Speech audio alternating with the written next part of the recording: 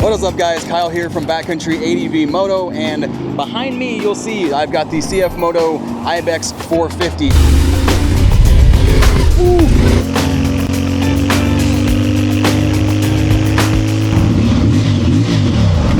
I'm here at Empire Cycles here in Spokane Valley, Washington, and I'm picking up this bike as a long-term loaner for you guys to show you what this bike is all about. I'm super excited about it. I've been waiting to throw a leg over this for a while now. This is gonna be a real short video as far as the first ride goes, and then there'll be some subsequent videos moving forward with some commuting, long distance rides, as well as off-road camping and all the good things to just kind of give this bike a good review for you guys. There've been tons of questions about it, and I'm here to answer them for you. So it's a little bit loud right here. I'm gonna go ahead, put some gear on, throw a leg over this bike, and we'll go ahead and actually do some riding. So here we go.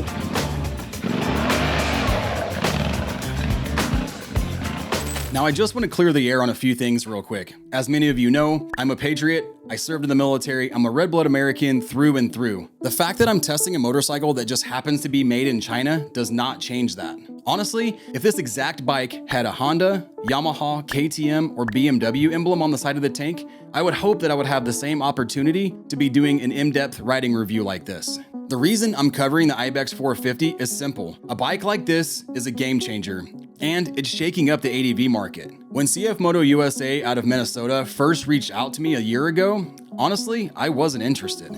But after the bike had been out in Europe for a while and I did my own research on CF Moto, I realized there was more to this bike than just being made in China. So when CF Moto reached out again, I saw an opportunity to test it out for myself, for my own opinion, and not just go off assumptions. Now, 100% transparency here. This is a loaner bike, a press bike, if you will. I'm not getting paid, and I'm not being used as some kind of mouthpiece. And CF Moto actually wants to know my honest opinion on the bike. They want to actually listen to riders and hear what they have to say. So on this bike, I'm just gonna do what I always do. Put a bike through its paces by riding it hard and seeing if it holds up. And here's the truth, I don't want to like this bike. But the more I ride it, the harder it is to ignore how good it actually is. So love it or hate it, the Ibex 450 is here. So let's find out if it's the real deal. Let's get back into the video. All right, we're already geared up, and let's do what we've all been waiting here for and throw a leg over the bike. Got my little Moscow Moto tank bag here. So first things first, completely flat-footed. I am 5'8", and I have about a 31-inch inseam, and I am 100% flat-footed, can move the bike back and forth, and that is awesome. Hard to find a motorcycle, especially off-road motorcycle, with that ability. Kind of firing it up here. Got the nice TFT display. Very easy to see. It is obviously bright sunlight right now, and you can have no problem seeing it. We've got our standard controls, we got, mirrors, all the good stuff that comes.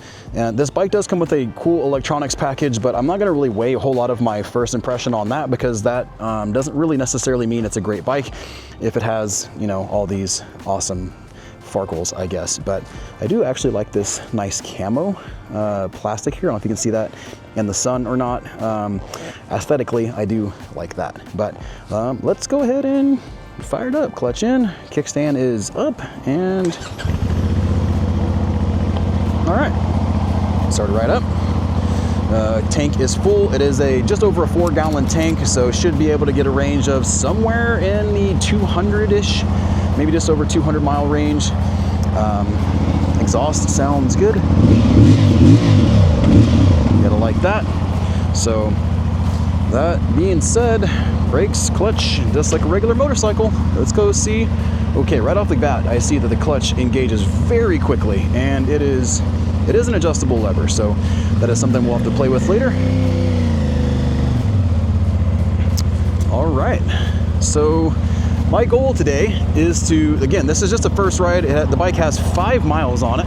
I'm gonna be nice and follow most of the break-in procedures and not just ride the living crap out of this bike today, although I really want to. Very short first gear, I see. So the plan for today is to really just get a feel for what this bike is like right off the showroom floor. I mean, it's very smooth right out of the parking lot there. I mean, not to say I'm impressed already, but I kind of expect it to be a little bit herky-jerky. That's what some people have complained about, and for, you know, the most part so far, it is very smooth.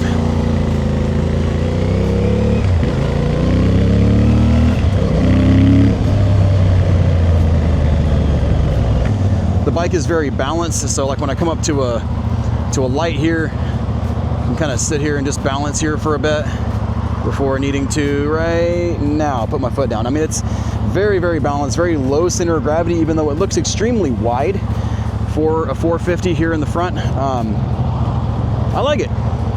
It kind of gives that nice wind protection, I'm sure, that we'll be looking for when we're at highway speed.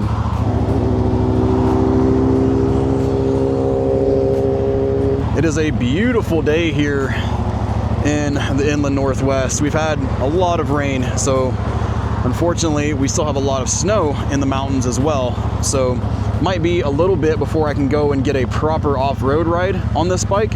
But I mean, we're looking at about almost 70 degrees Fahrenheit today, which is pretty amazing.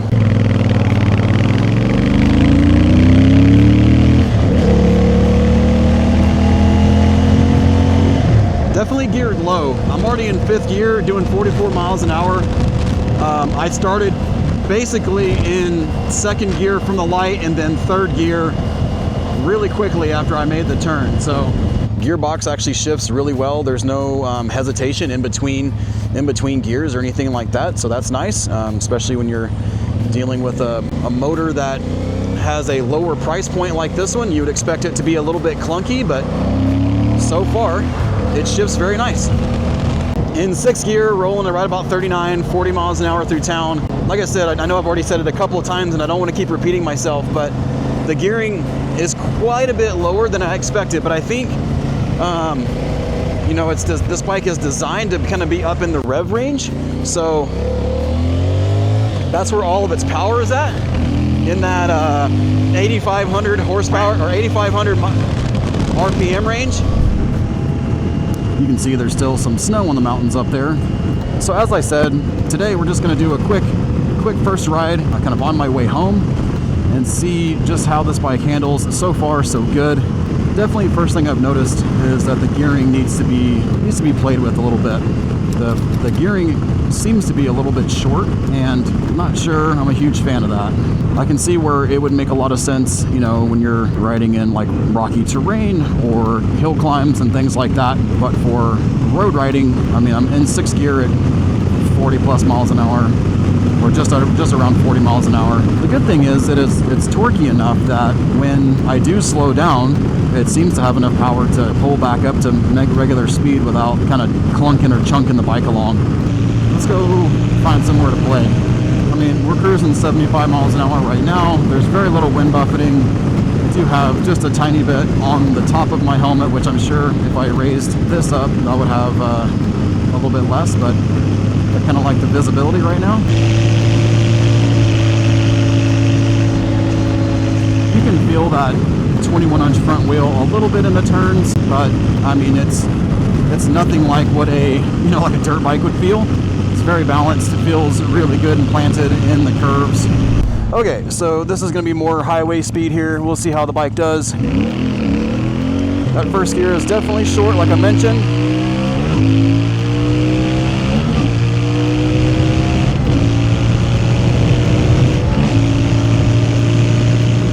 As far as power goes, I mean, it's really not bad. Is it a GS? Absolutely not. It's not even close to a T7 as far as power goes, but it does the job for sure.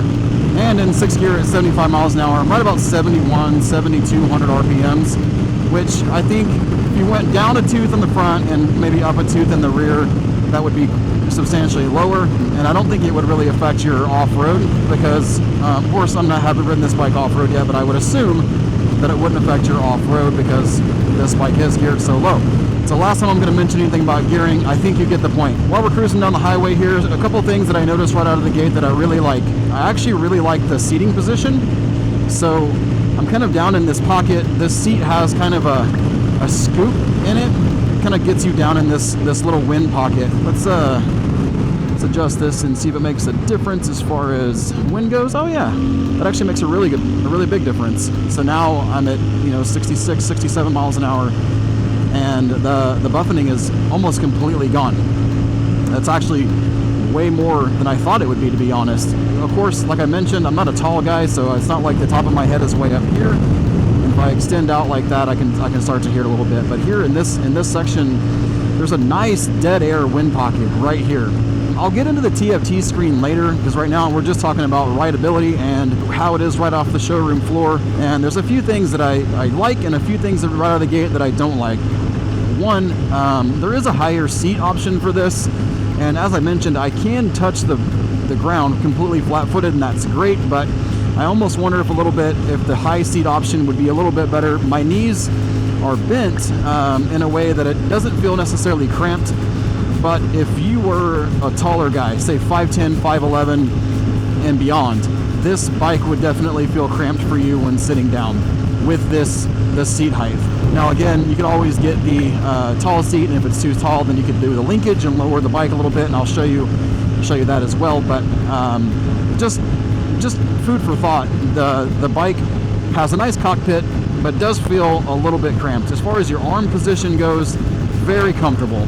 Empire Cycles did a really good job of setting up the levers and the position and everything for this seated position, and it feels great. I know this has also been talked about. If you watch the Daily Rider with Zach Wertz, you'll notice that he was really happy about these mirrors, and they are really nice.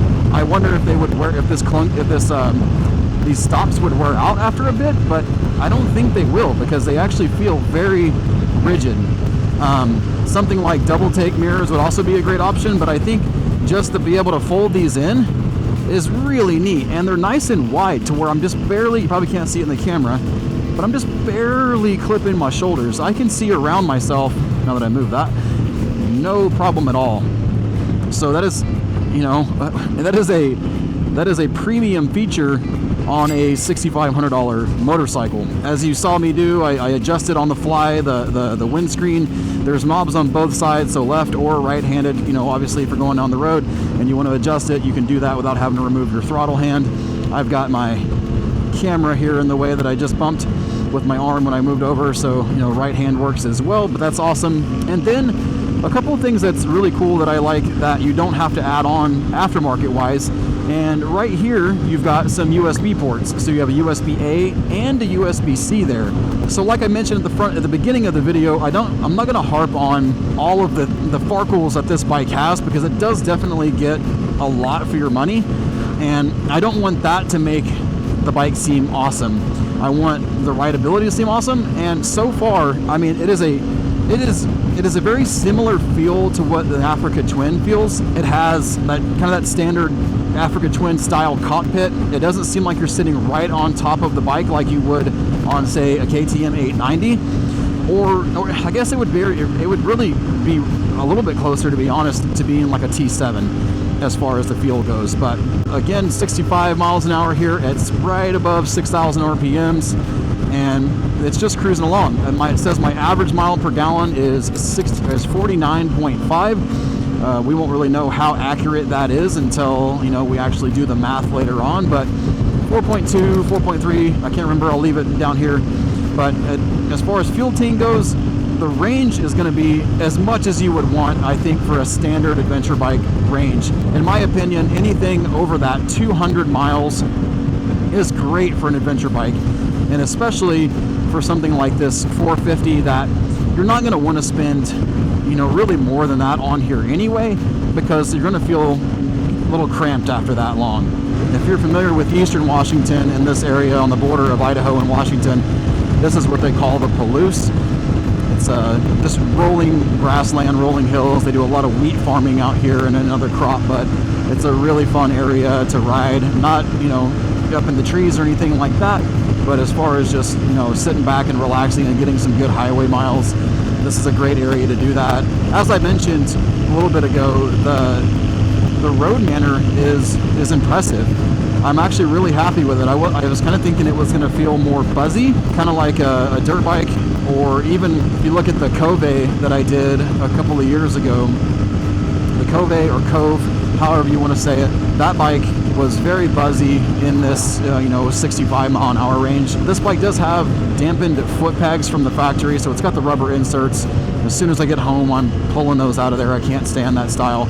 But I also have the off-road foot pegs coming as well, so I'm excited to see what that feels like once I get those foot pegs on, to see if they feel any different or if the dampening really makes that much of a difference. But there's really no vibration in the handlebars, no vibration in the foot pegs. It feels just very smooth and pretty dang refined for a bike of this price point. It's so far, like I've mentioned a couple of times, I'm pretty damn impressed. Suspension. So suspension, we have a KYB front fork and a KYB rear shock. They are, I believe, 200 millimeter forks. So you have your traditional upside down forks, your dirt bike style forks. They're a little bit stiff, I think, set up from the factory, and the rear shock is a little bit stiff as well. You can kind of feel all the bumps in the road. But personally, I really like that. I like that more aggressive suspension. And on a bike of this price point, I would honestly think that the suspension would be a lot softer, but I don't really notice a lot of sag when I sit on this bike. I'm, as I mentioned, 5'8". I weigh about 180 pounds, probably 192 or so with what gear I have on, and I really didn't notice any sag or squatting of this motorcycle when I got on it. And for the road so far, it actually feels really nice. It feels kind of like what the dynamic mode feels like on my GS. It's just a little firm and kind of set up really ready to hit, those tight corners on this bike, which I'm going to try to see if we can find here as we enter the scenic byway of the Palouse.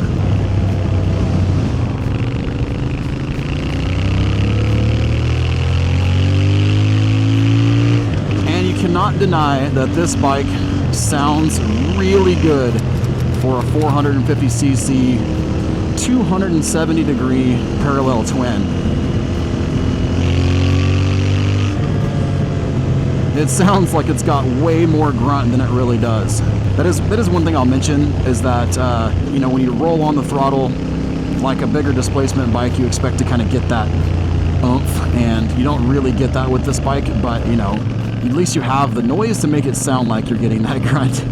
Little town of Rockford. If you guys are familiar with this area, you know that this is a cool little town. Nice little restaurant here and bar that we like to go to. It's not too far from my house.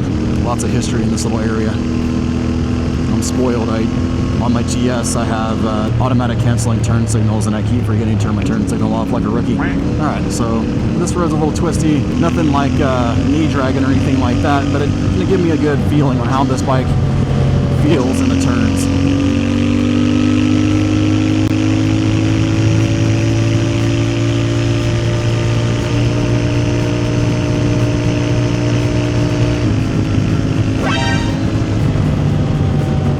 See where that road goes. Let's see how it does U-turns. Oh, we got a car coming, so we're just going to go ahead and just do it quickly.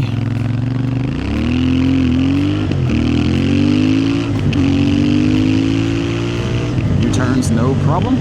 Okay, I guess we will test out the off-road mode. You can actually do this on the fly, I think, so hold this button down. Off-road mode, traction control off, and rear wheel ABS off. So, hey, let's go. Alright.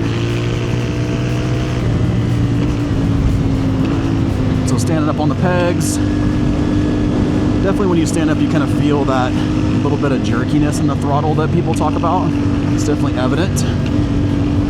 I don't feel like I'm leaned over too much. It could definitely use some bar risers, even for somebody like me that's not too terribly tall.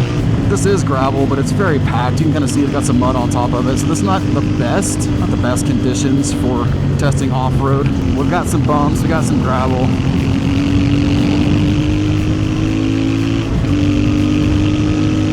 There's some more actual gravel. I mean, it tracks great. It doesn't feel like it's all over the road.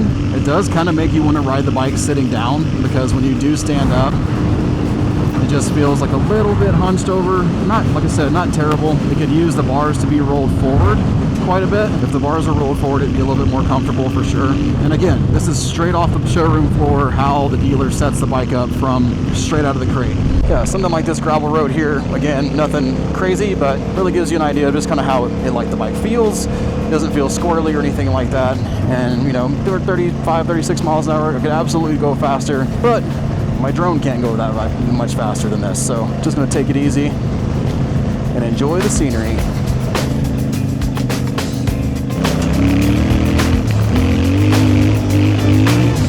I mean, the suspension feels nice. The power is there when you need it, as far as like, and again, it's not like amazing power, but it has enough to do what you want it to do, I think. So I'm really excited about actually taking this on a proper off-road ride. I think that'll make this bike feel like what it's actually supposed to, because right now this is all just kind of open farmland. But I'm dealing with what I can do with right now, because as you can see, you don't get too much further up and you've got snow in the mountains still, and my playground is not open yet. Hopefully in the next couple of weeks, you know, we get some nicer weather and the snow will melt off and we'll be able to go and play and see exactly what this bike can do. But as far as, I mean, the power is extremely smooth and linear, and I have no complaints on it so far. I mean, I haven't needed all the power yet. And now we're back to pavement. Oh, that road looks good. Maybe we'll do that. Oh, this is Idaho Road. So this road splits the border of Washington and Idaho and actually comes out near my house. As you can see, like I mentioned, we have a lot of rain, lots of runoff going on here.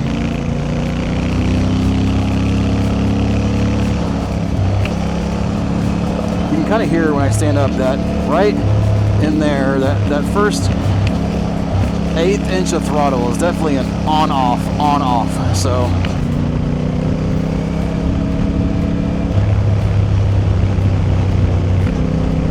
okay, so I don't have the drone following me now, so I'm gonna see what this bike feels like at higher speed on the gravel. Can we do a slide turn? Let's see. Oh yeah.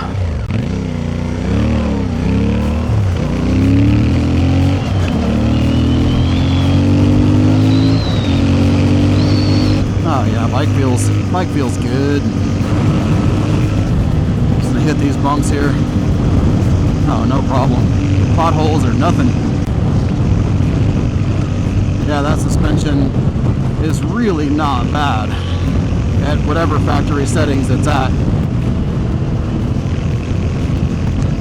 Yeah, I'm actually pretty impressed how it eats up some of these washboards and some of these potholes. So one thing that I do like, because it has a low seat height and I can touch the ground, I'll easily lean this bike over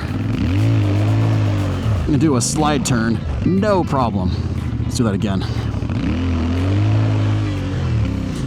Not the best, but I don't have any drop protection on this bike yet. So, but yeah, it's totally doable. It just takes a little bit of practice. New bike, new feel, but it's doable. All right, back to the highway again. Hold the ABS off. There we go. So super easy to go into off-road mode. Off-road mode is no rear ABS and no traction control. This bike just eats up these roads. It's fun. This is a fun bike to be on a little back 2-lane road like this.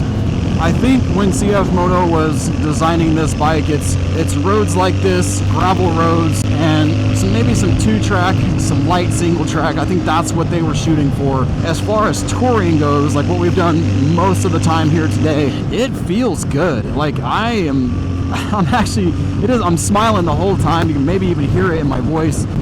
I'm happy with it. It's balanced. It rides easy. It has some power. It doesn't have a lot of power, but what would you expect out of a 450cc parallel twin? It sounds good, and it's just a fun little motorcycle to ride. I say little. It's a full-size motorcycle, but it feels very, very planted. It's not buzzy. It doesn't feel cheap. Everything feels very refined and smooth. The mirrors are great. The levers are great. The throttle is a little bit jerky, which I think could be fixed with maybe some type of software update, or not a software update, I guess, because it is cable. But maybe some fine tuning on the cable adjustment, but I mean, I don't have anything real negative to say about it. For me, being 5'8", like I mentioned, the cockpit feels good. I don't feel real cramped. Yeah, I mean, first ride, first impression, not too bad. Okay, real quick, I wanted to touch on, we'll call this Freeway, 2-lane split highway. I'm doing 80 miles an hour, and with this windshield up, I still have a nice air bubble here. I can confidently say that the air pocket on this bike is better than the T7, hands down. At 80 miles an hour, 82 miles an hour on the T7, for my experience, all I got was wind. And I have a pretty heavy crosswind right now, so there are a few like buffets every now and then, but I'm shocked that that little windscreen is doing as well of a job as it's doing. I mean, I'm talking right now at just a normal volume. I'm not having to yell. I hardly have any buffeting in my helmet. And again, at 80 miles an hour, we're sitting almost 8,000 RPMs. If I go, let's see, 88 miles an hour, like we're gonna go back in time, we hit red line. So right about 88, 89 miles an hour before we burst off into Back to the Future. Even still, at 85 miles an hour right now, it's still not buzzing. If this bike had cruise control, you could sit back and just relax. I'm so surprised. With a small gearing change, this bike at 80, 85 miles an hour would be actually pretty damn comfortable, and I'm just so shocked about it. I really thought that this bike would buzz like crazy at these higher speeds. All right, that's all I got to say about that. I'm gonna go find a cool spot or find an open spot to do some walk around, talk about specs, and we'll wrap it up. Okay, I'm gonna go ahead and wrap it up here. Am I impressed with this bike? In the short, yes, for my first ride of a very short distance of around 40 miles or so. Are there more videos to come? Absolutely. I'm gonna be doing a lot of videos on this, maintenance videos, oil change videos. I'm curious to see what the first oil change looks like on this bike, you know, if there's any metal or anything like that. What are your questions? What questions do you have about this bike that I can answer for you? And also, what videos would you like to see? Leave it down in the comments below, and I will make sure and chat with you on those and see what I can do to come up and answer any questions you might have. Also, if you like this video, give it a thumbs up, hit that subscribe button, as well as that bell icon. That way you know when more CF Moto videos are released. And yes, I get it, it's a Chinese bike. Don't murder me in the comments about it. Let's chat about it. We'll see you in the next one. Here we go. Oh yeah.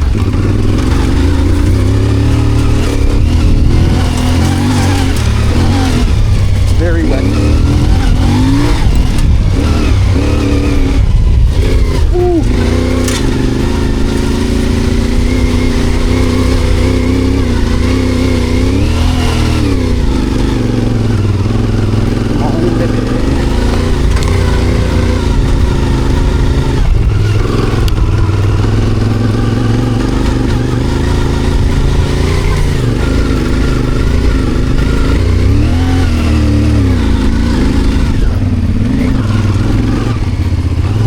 Can't see it on video, but that was very soft and very wet.